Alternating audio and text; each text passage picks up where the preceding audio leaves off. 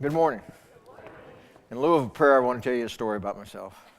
How many of you remember the Christmas Eve of 2009? Anybody? Yeah. Well, if you were in Iowa Park, and I think you had snow here too, but if you're in Iowa Park, it snowed 15 inches that day. And so we didn't have the worship service. Trustee chair called me and said, Pastor John, what do you want to do about Christmas service, on this Sunday? I said, well, I live 20 feet away from the closest door of the church. So I'll go ahead and shovel a walk, and I'll open the door, and the church will be open. And one of our farmers brought his tractor in and cleared out a place of the parking lot, and there were 40 people that showed up for church that day. Another time, we had a snow coming in. It wasn't nearly as bad, but all the churches in Wichita County closed, except our church, because I was how many feet away from the? 20 feet. 20 feet, that's right. So, I didn't have a problem, and we had 75 people that showed up that day. So, that's a little story about myself. I want to start by doing a little survey.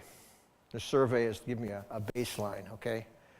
And it's really an easy survey. There's only going to be one question. And it's an opinion, so you can't give a wrong answer, okay? The question is this: which would you rather be, first or last? Okay? Let's see a show of hands of those people who would rather be first. Okay, put your hands down. Now, let's see a show of hands that people would be rather be last. Had a couple. Yeah, had a couple. And that's kind of interesting because not everybody raised their hand.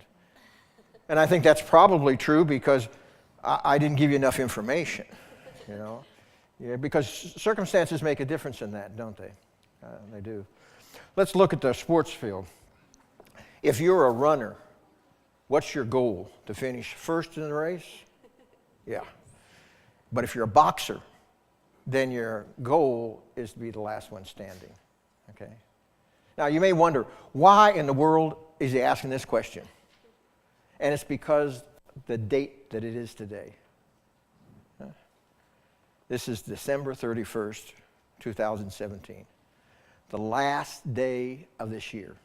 If you have anything you want to get done this year that you haven't done already, you got a few hours to do it, because tomorrow, when we all wake up, it's going to be the first day of 2018. But the real reason I picked this is because this idea of being first and last was very important to Jesus, because he mentioned it several times. And one of those places that he read was the text, the passage that I've chosen for this week, comes from the Gospel of Mark, chapter 9, verses 33 through 37. So hear me as I read this. They entered Capernaum. When they had come into a house, he asked them, "What are you arguing about during the journey?" They didn't respond, since on the way they had been debating with each other about who was the greatest. He sat down and called the 12 and said to them, "Whoever wants to be first must at least of all and the servant of all." Then he reached out to a little child and placed him among the 12 and embraced him. And then he said, "Whoever welcomes one of these children in my name welcomes me, and whoever welcomes me isn't actually welcoming me, but rather the one who sent me." So ends the reading of our word. Let's look at this text a little bit. One of the things I like about this holy book is it doesn't cover over things.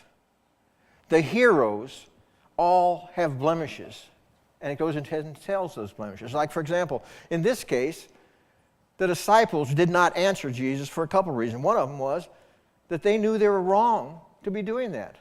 Another thing is they knew he probably already knew. He seemed to do that very oftentimes. That reminds me of the relationship that my wife, Sandra, has with our sons. They can't keep a secret from her. She finds out. One of those examples is when she and I went to, we lived in Maryland at the time, went to Columbus, Ohio to show some sheep there. We left early Friday morning and came back late Sunday evening. We walked in the door, and the boys were sitting at the kitchen table. And she said, "What'd you do?" They said, "Mom, what are you talking about? We didn't do anything." She said, "You might as well tell me because I'm going to find out anyhow." And so they said, okay. We played hooky on Friday, and we went to the mall.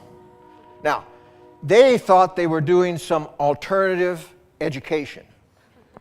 You see, because for them, with us living just a short way away from Washington, D.C., to go to the mall was to go to downtown D.C., okay? Yeah, they got into a little bit of trouble over there. Another passage that talks about this subject is from the Gospel of Matthew, chapter 20, verse 1 through 16. This is a parable, okay? Now, if I were to ask you to define a parable, what would you say? Anybody got an answer for that? A story that who tells? Jesus tells. Okay, good definition. But I think we can be more definitive than that, okay? A parable, the word parable, comes from a Greek word parabola, which means to throw out alongside of, okay? And that's because these stories have two meanings. One of them is an everyday common story. Jesus told stories about housewives and farmers and kings and so forth like that. The second meaning is a spiritual one that tells us about God. So let's look at this parable. It's a story about a landowner whose grape crop was ready for harvest. Now, just like today, most of these farmers don't have a working force that can harvest. So they go and they hire somebody to do that, a part-time. And so the landowner went into town and he hired a bunch of workers. He did this before dawn because he wanted to get the crop done and harvested in one day, okay? And he wanted to get there as soon as the sun started out. Well, mid-morning, he figured out he wasn't going to have enough workers. So he went back into town and hired some more. Later on, he found that he didn't have enough, and so he went in at noon and at 3 o'clock and at 5. Now, sun was going to go down about 7 o'clock, so those people that came last were only going to be for a couple hours. But they got the job done because just as the sun went down, the last grape was picked. And so the landowner started paying the workers immediately, and he started out for those that had been there the longest time. That was a pretty nice thing for him to do, wasn't it? He paid them a denarius. Now, a denarius is the name of a coin, but it's also a unit of monetary value. What a denarius is it's an honest day's pay for an honest day work. Got that? Okay? And so that's what he paid these guys. And they went over and started getting their stuff together, get ready to go home. And they noticed that he started paying the second group also a denarius.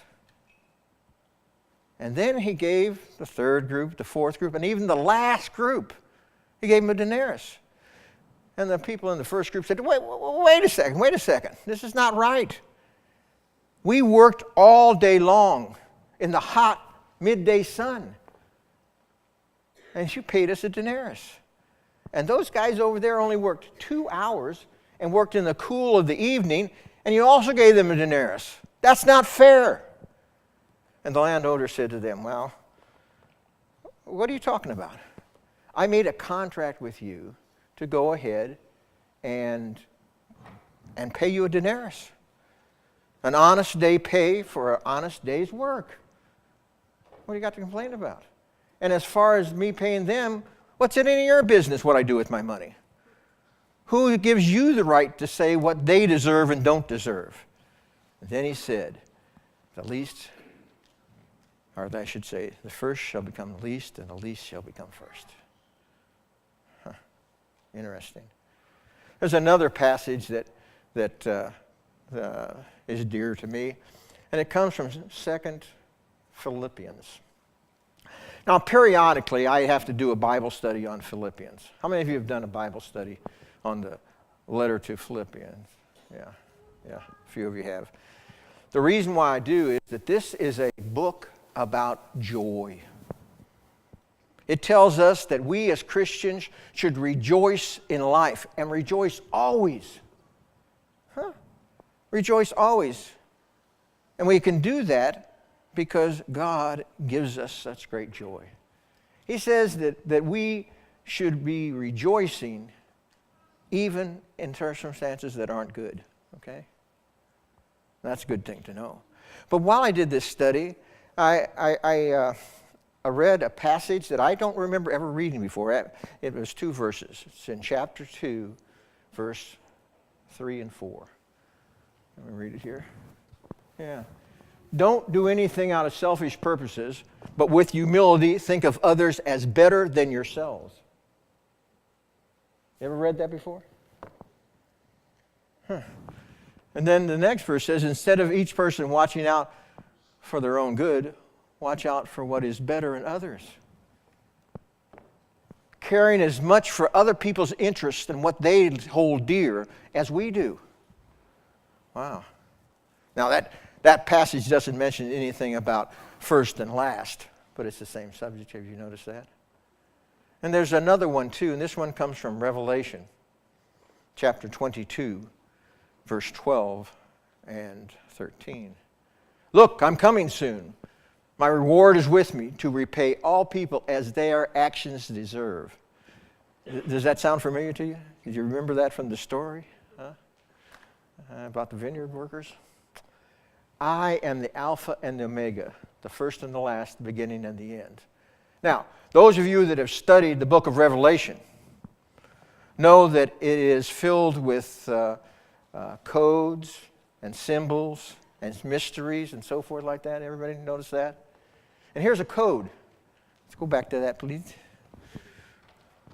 The code here is Alpha and Omega. What does he mean by Alpha and Omega? Now, to know that code, we need to know the Greek alphabet. How many of you speak Greek? Oh, man. I got to put my hand down, too, because I don't speak much Greek. Alpha is the first letter of the Greek alphabet. Omega is the last letter. Now, if we didn't figure out code very well, it doesn't matter, because Jesus has already told us what he means. He says, I am the first and the last. I am the beginning and the end. Now, I want you to think about that. It's easy to read that off and say, of course, that's what Jesus is. But what does it mean? How can Jesus be the beginning and also the end of whatever he's talking about? How can Jesus be at the same time the first and the last? That's kind of interesting about that, isn't it? I wonder about that. It seems to me that maybe it's saying that Jesus is really neither. He's all things. Jesus was there in the beginning and continues on. In Revelation chapter 1, verse 8, Jesus says, I am the one who was and is and will be. Saying the same thing, doesn't it? Now, it seems to me that Jesus is really this continuum, okay? Not just the first, not just the last, but a continuum. All things. And my source for this, my reference, is from Exodus chapter 3, where God is sending Moses back to Egypt to tell Pharaoh what? What? Let my people go. Exactly right. And Moses says, I'll do that, doesn't he? Oh, no, he doesn't. He says, I'm perfectly happy being a little shepherd of my father-in-law's flock. And I don't know if I really have the credentials. What if somebody asked me, whose authority are you coming here? By whose name are you coming? And God says, tell them I am is coming. I am. Powerful, isn't it? God has always been here. One of the questions that little children asked me a lot when I was pastor in a church is, Pastor John, who made God? You ever been asked that question by your children? The answer I gave them is real simple, but I usually got a puzzled look from them in the return for it, and that is that God, no one made God. God has always been here. Isn't that amazing? God has always been here. As I told you a couple weeks ago, I like to close my messages with a challenge. And my challenge today is that we all try to live by those words from Philippians 2. That we consider people better than ourselves. That we go ahead and care about other people's interests, not just our own interest. Huh? Well, let me tell you, I'm well aware that that's a hard challenge. That's a hard requirement. But I came up with an idea that maybe it will help us, a suggestion to do just that. And the suggestion is that we tell the truth, that we be honest. This is no time for false modesty and false humility. There are some things that we can actually do that's better than anybody around us. But too often we act like Moses. We say, well, you know, that's not what we can do. No, I'd rather not do that. And when we do that, we're disrespecting God who gave us everything that we have. And we're unable to do those things for other people when we say, oh, I can't do that. So be honest and don't be falsely humble. The other thing is be honest is to recognize that sometimes we think we're better than we really are. Huh? Anybody want to admit to that? No, you don't have to put your hand up. Yeah. We admit we're better than we really are. And maybe it's because jealousy or envy takes over, and we really wish we could do what other people could do. But again, we need to be honest and recognize who we are. So let's go back to that question I asked at the beginning of the talk. And that is, which would you rather be, first or last? Maybe it doesn't matter whether we're first or last. What matters is that we're in line waiting for those rewards that Jesus Christ promises. Praise be to God. And the people say,